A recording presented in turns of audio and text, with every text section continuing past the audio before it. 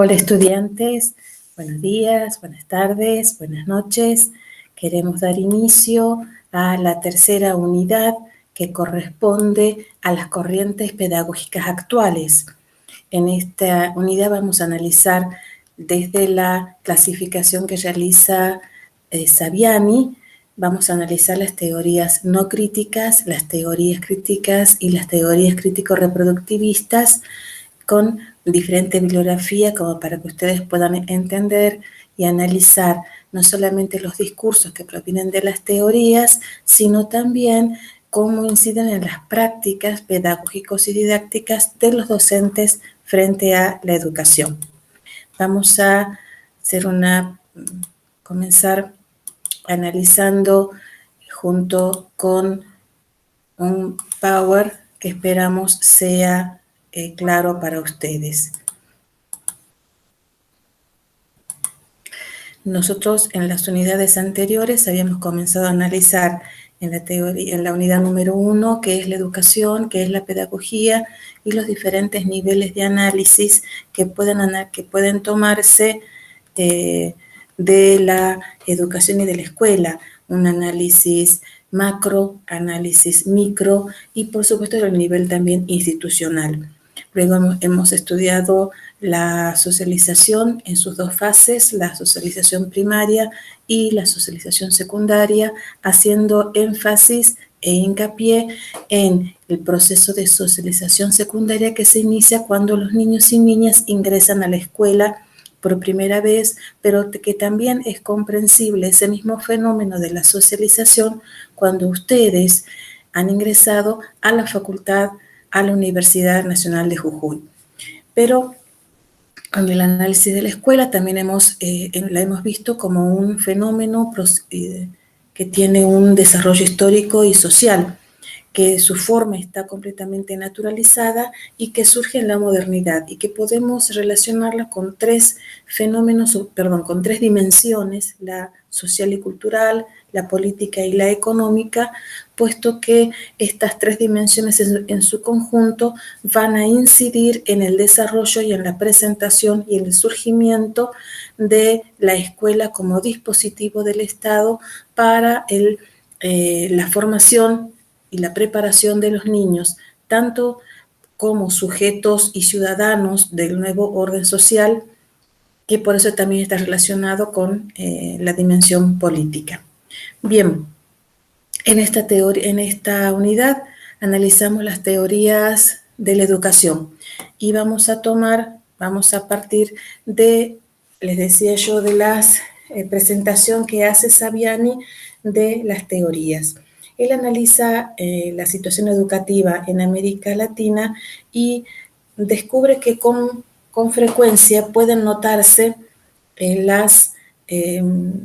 el desarrollo de la educación dos grupos de teorías que él identifica, una como las teorías no críticas y otras como teorías crítico-reproductivistas.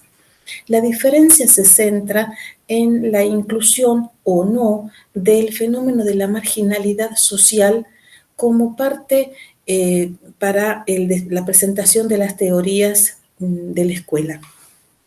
Entonces dice que las teorías no críticas conciben a la educación como un sistema completamente autónomo del sistema social. Y no solamente es autónomo, sino que considera que todo lo que la sociedad necesitara, la educación y la escuela lo pueden realizar. Cualquier desvío, la educación lo puede corregir. En estas teorías no críticas se encuentran la teoría tradicional, la escuela nueva y la escuela tecnicista. Y luego se encuentran las teorías crítico-reproductivistas, en las que consideran que la marginalidad es un fenómeno completamente inherente de la sociedad, por el solo hecho de la existencia de dos clases sociales que hacen que una clase siempre va a estar en el poder y otra clase completamente fuera del poder, marginada de toda posibilidad. Y que esta diferencia se encuentra también en la educación y por consiguiente la misma el mismo sistema educativo no puede alejarse de los problemas sociales. Es más, la educación es un subsistema dentro del gran sistema social. Por eso mismo no puede ofrecer alternativas ni corregir desvíos por el simple hecho de que en realidad se presentan tanto en la sociedad como en la escuela. Y de hecho la escuela termina profundizando la marginalidad, profundizando la discriminación, actuando como un espejo. Por eso la denominación crítico-reproductivista. Y en este grupo de teorías críticas reproductivistas se encuentra la escuela como aparato ideológico del Estado, la escuela o la educación como violencia simbólica y la escuela dualista. Vamos a iniciar el análisis de las teorías no críticas, la escuela tradicional.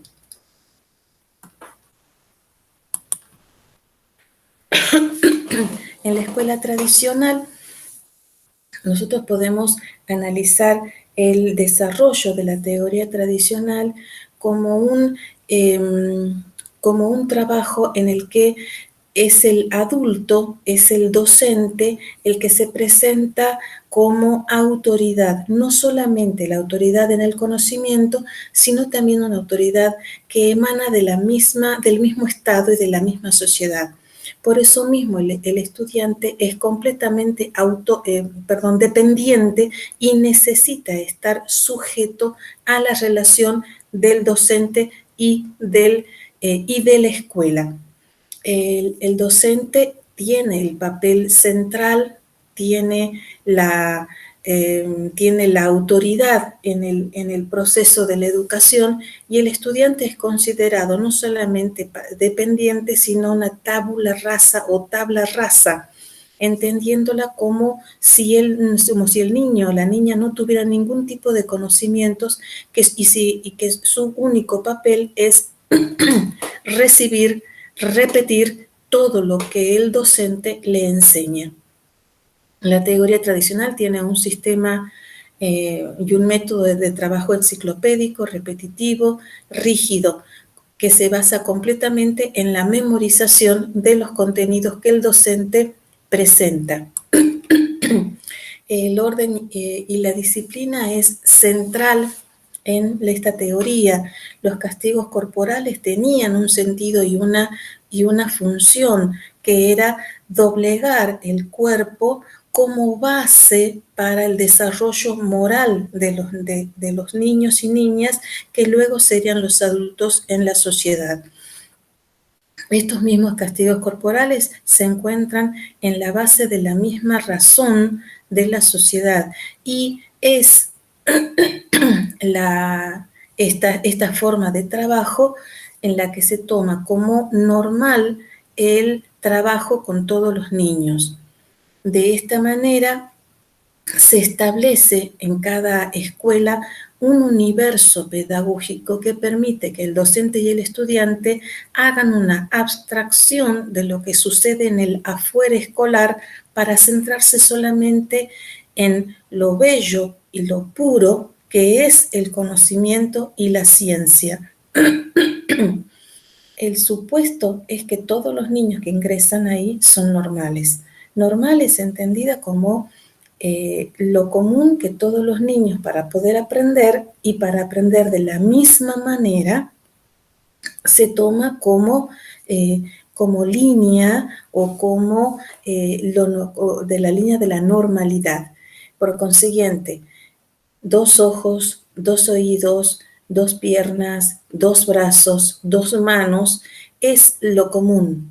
Si los niños que no pueden aprender porque son ciegos o porque son sordos o porque son mudos, sin entrar en otro tipo de discapacidad, sino simplemente en esta discapacidad motora, ya entraba dentro de la anormalidad como base para poder identificar si el chico o si los chicos son educables o no son educables.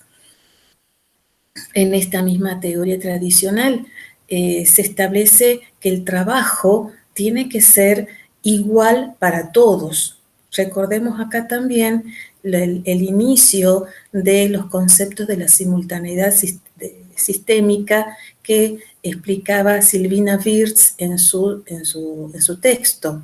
Era el ideal de enseñarle todo a todos. De esta manera surge esta concepción que implicaba la posibilidad de trabajar con todos los estudiantes de una misma manera, pero sin tener en cuenta las diferencias, porque lo que se consideraba era lo normal para poder llegar al aprendizaje, y se consideraba que el no aprender podría ser una rebeldía, una falta de disciplina, y por consiguiente el castigo corporal era no solamente un correctivo para la falta de disciplina, sino que también era muy bien visto como la posibilidad de que los niños y niñas encontraran la forma correcta para castigar el cuerpo, para que lo moral y lo racional se pudieran desarrollar en su máxima expresión. Con el avance de las ciencias, especialmente la filosofía y la psicología, se puede llegar a una visión de la niñez con un mayor desarrollo y con una mayor presencia. Esto, por supuesto, va a dar origen a pensar en otras formas de enseñanza, y surge la teoría de la escuela nueva. En esta escuela nueva hay todo un cambio en el proceso de lo que anteriormente y por comparación se venía dando con la escuela tradicional. Si en la escuela tradicional el docente era quien tenía el papel protagónico, en la escuela nueva el docente solamente guía y acompaña y estimula, pero no tiene el papel central.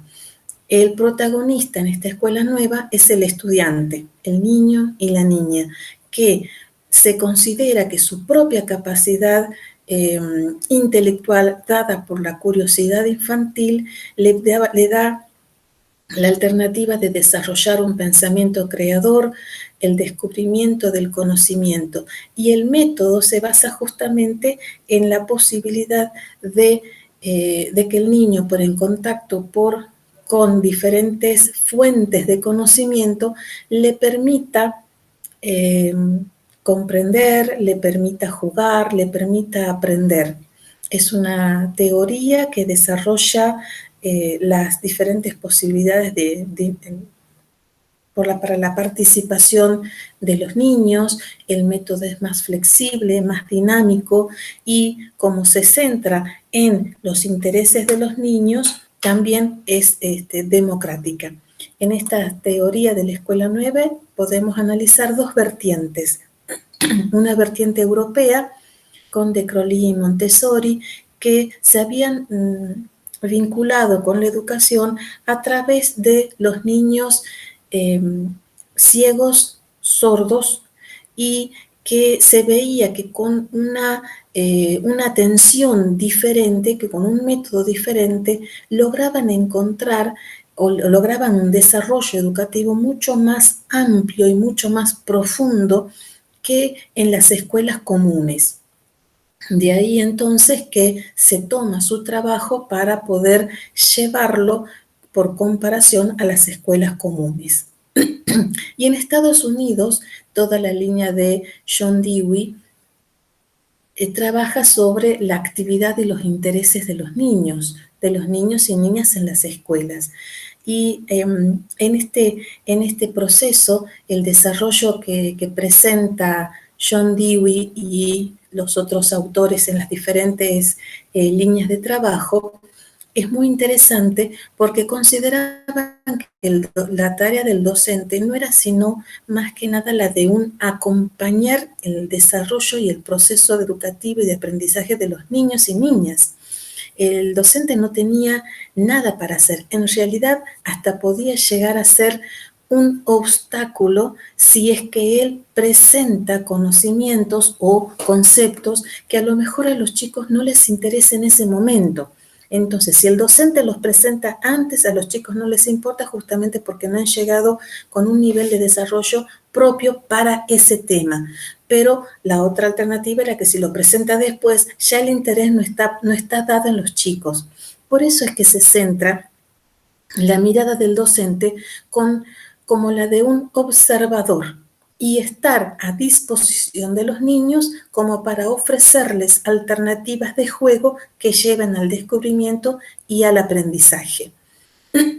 El cambio en el rol del docente en muchas ocasiones generó o presentó que en los niños se desarrollara mucha rebeldía, muchas discusiones y tensiones entre los mismos niños, y la indisciplina que se generaba es lo que de alguna manera presentó con una mala fama a todas las prácticas de la escuela nueva.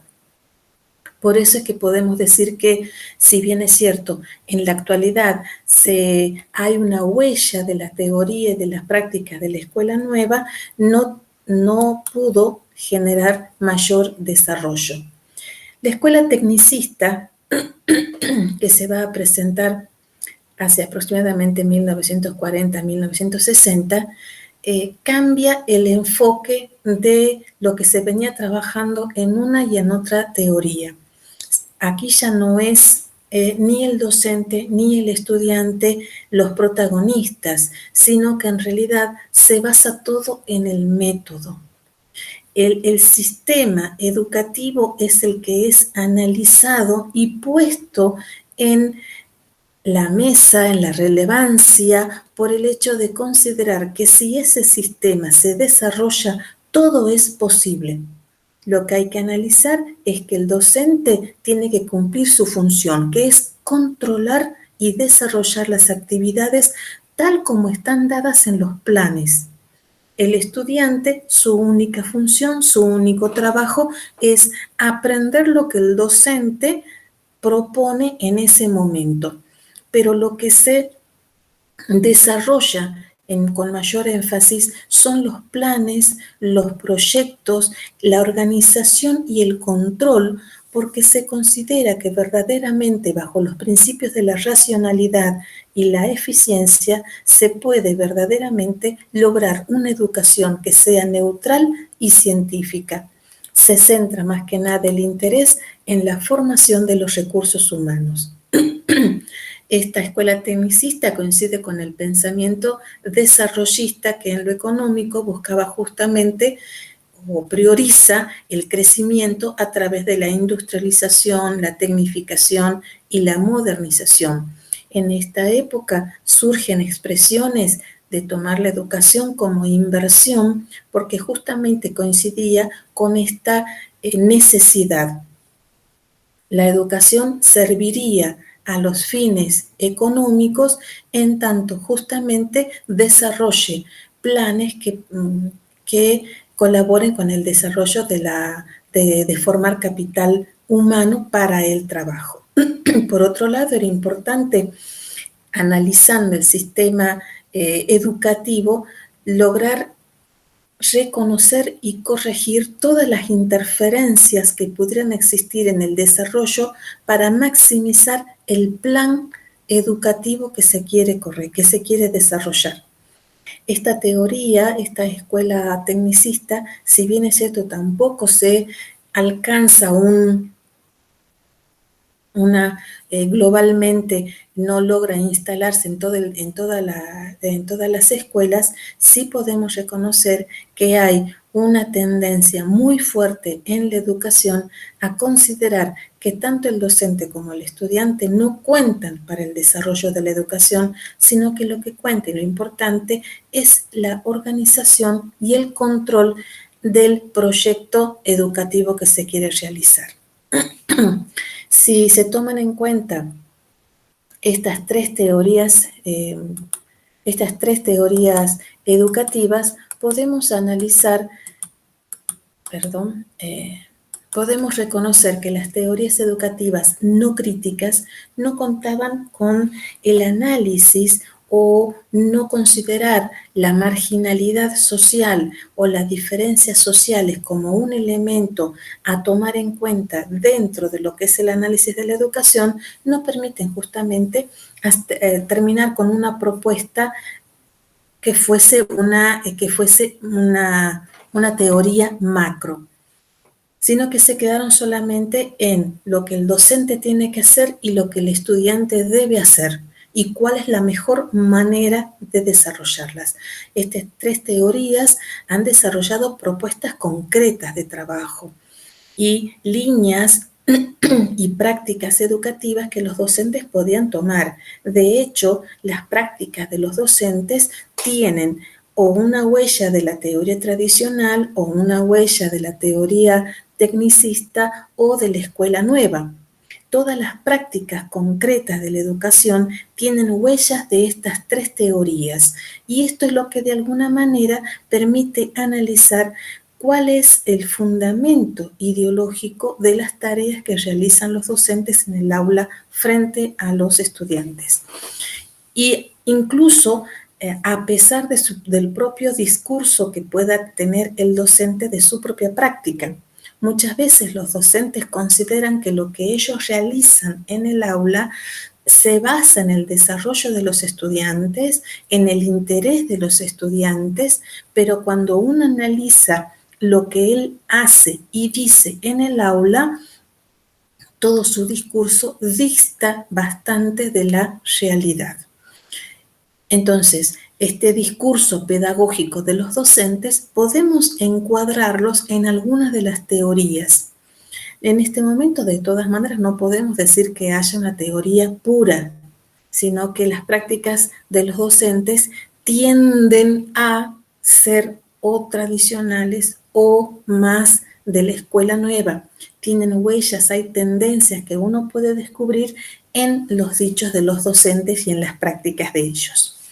Bien, el otro grupo de teorías que había presentado Saviani era el de las teorías crítico-reproductivistas.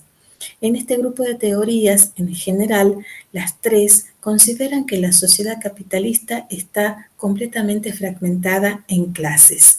Son teorías que tienen un análisis de base marxista. Por consiguiente, el grupo o la clase que detente la mayor fuerza, ya sea una fuerza material o una fuerza simbólica, se convierte en la clase dominante. Y también consideran justamente por esto que la marginalidad es un fenómeno inherente a la propia estructura social. No puede darse de otra manera, puesto que mientras esté la clase social alta, que es la que tiene la mayor fuerza tanto en el plano económico como en el plano político, tiene mayor concentración de la fuerza, también domina a la clase baja o al proletariado, porque también conservan la fuerza simbólica que es el capital cultural. Habíamos también expresado anteriormente que la educación no es autónoma, no es libre del influjo del sistema político, social y económico, sino que las mismas clases sociales se reproducen en el sistema escolar. Por eso se plantea que la educación es un subsistema dentro del gran sistema social.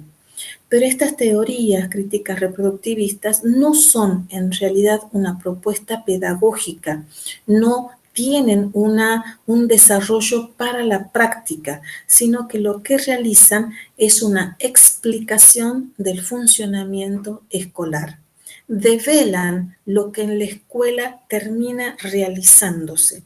Lo que ellos dicen es que la educación no puede de última lograr ningún tipo de cambio porque al ser dependiente y copia del problema social, justamente lo que termina haciendo es profundizar la diferencia social, convirtiéndola en discriminación educativa.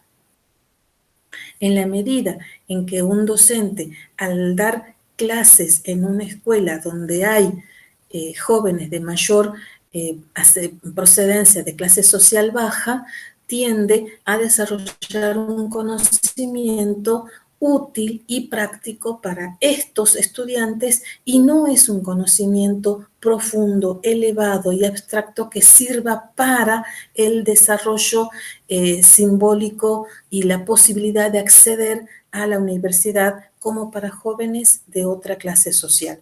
Por consiguiente, de esa manera se reserva la mayor cantidad de conocimiento en una clase social y no en la otra.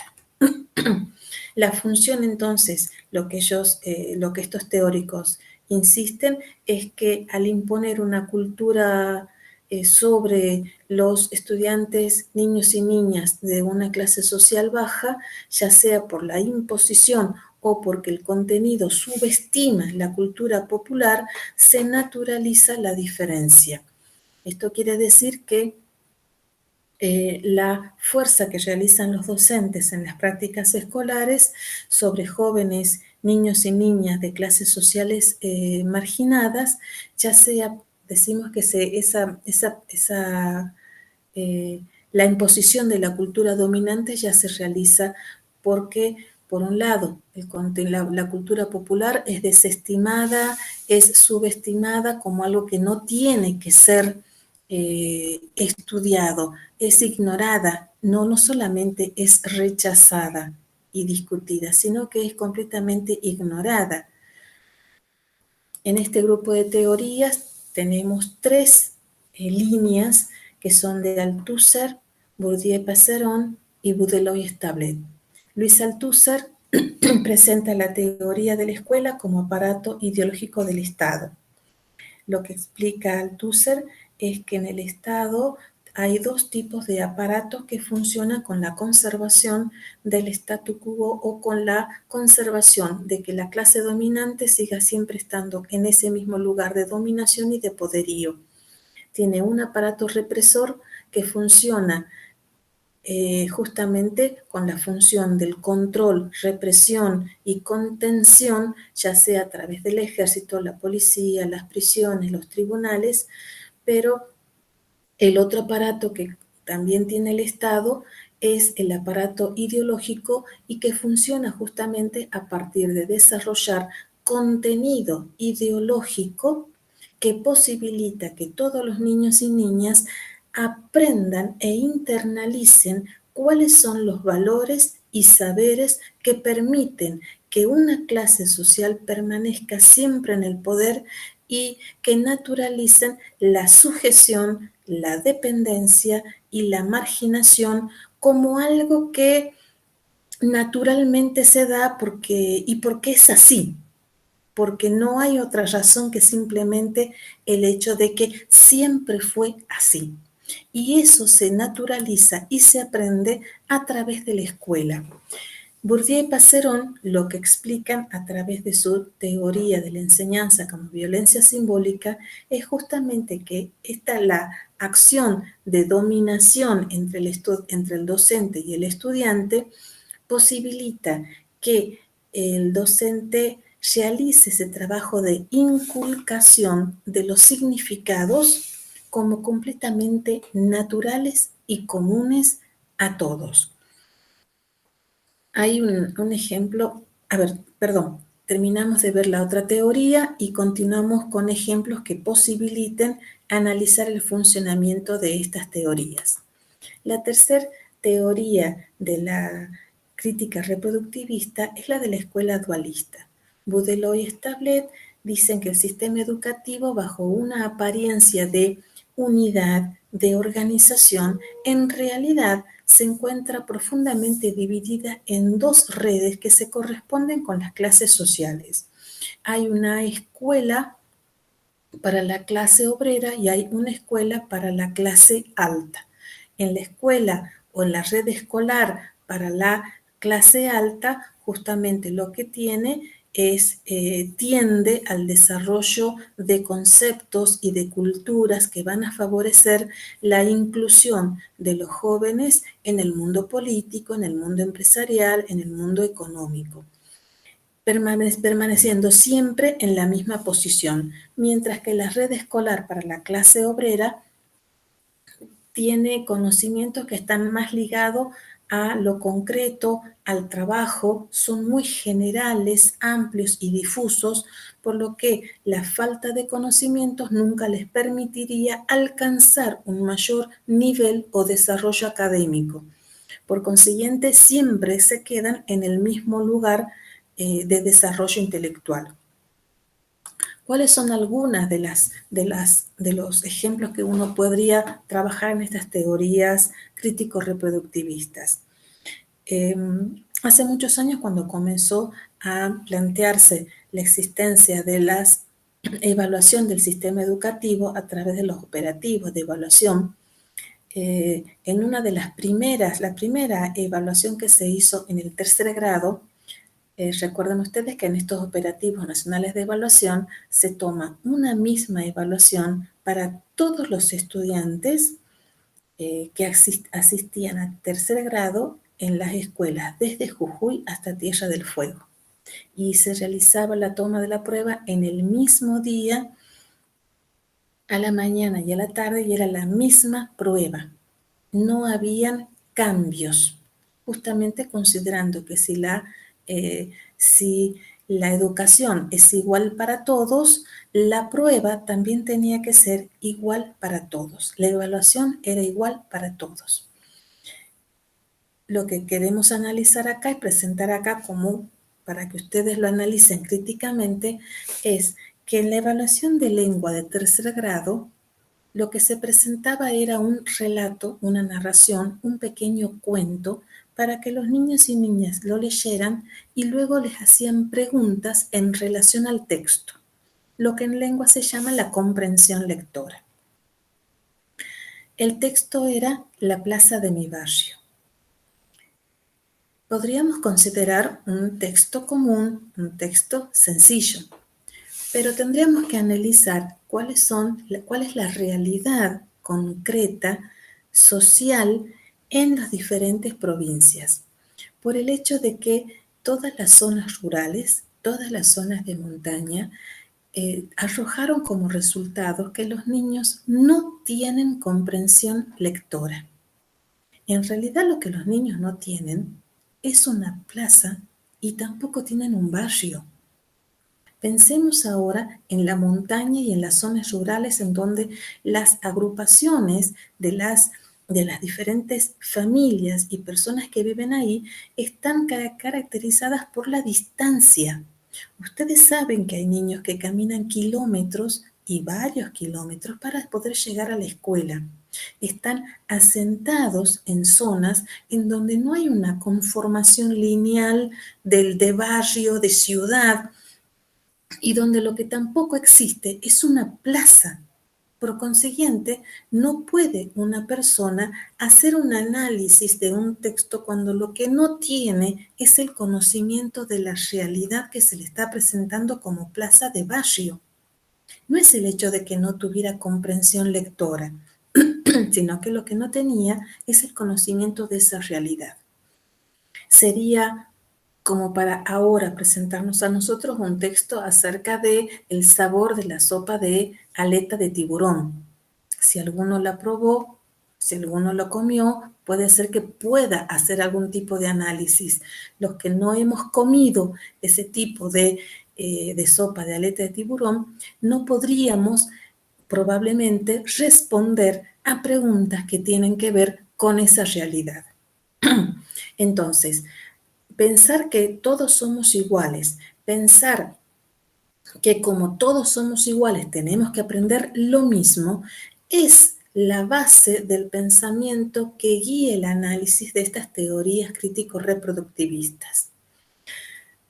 Y acá podríamos hacer un primer análisis respecto de que hay teorías críticas que se basan justamente en el hecho del reconocimiento de que la sociedad está profundamente dividida en clases y que como está dividida en clases, la educación no es neutral, sino que el conocimiento que se imparte tiende a la imposición de un tipo de cultura y de conocimientos que favorecen a una clase social.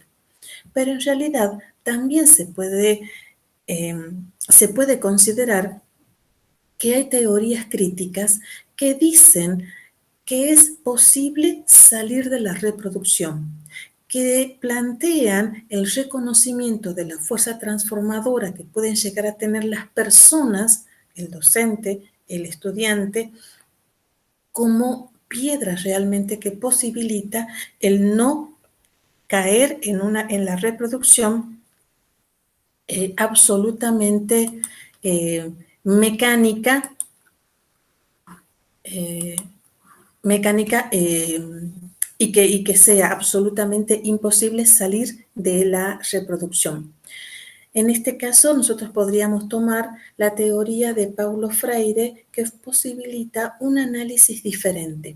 Si bien es cierto, él comienza a plantear justamente que la dificultad de las teorías de la práctica educativa es que son absolutamente eh,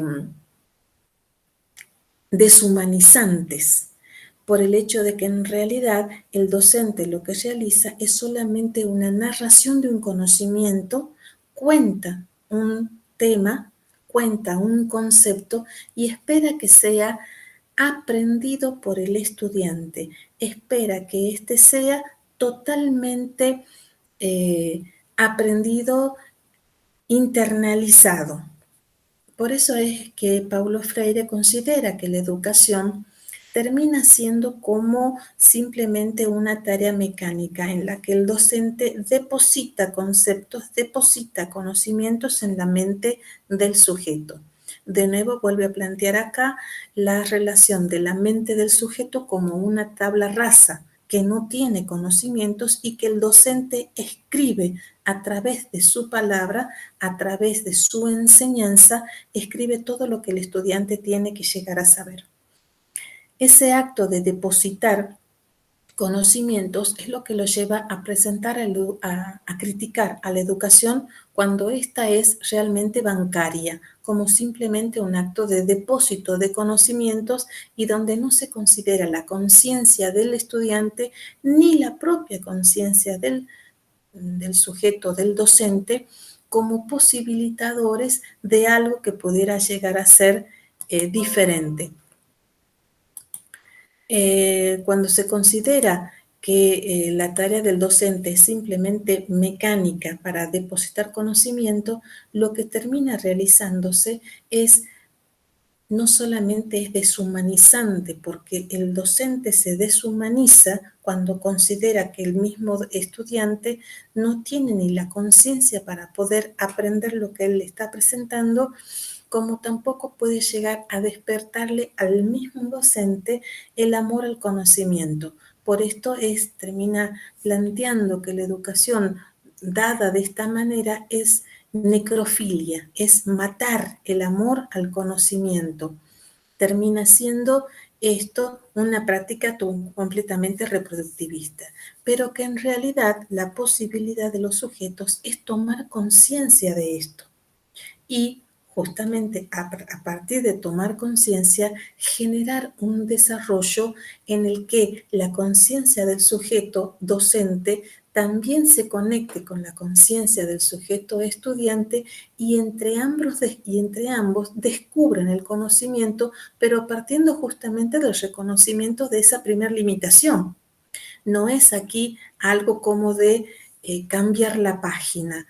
Tiene que haber un reconocimiento de la situación anterior, no solamente para que haya un análisis crítico de las condiciones que han permitido que esto se dé de esta manera, sino también porque es el paso para subsanar y para iniciar un desarrollo educativo diferente. Bien, a través de la lectura de los textos ustedes van a poder no solamente comprender más cabalmente lo que aquí se está presentando de una manera muy sintética, sino que a través también de encuentros de consulta podemos profundizar un poco más sobre estas teorías. Bueno, estudiantes, espero que esto haya sido claro para que ustedes puedan hasta tomar las referencias cuando hagan la lectura de los textos. Bueno, espero que sigan pasando bien y esperamos y estamos a disposición de ustedes. Hasta luego, estudiantes.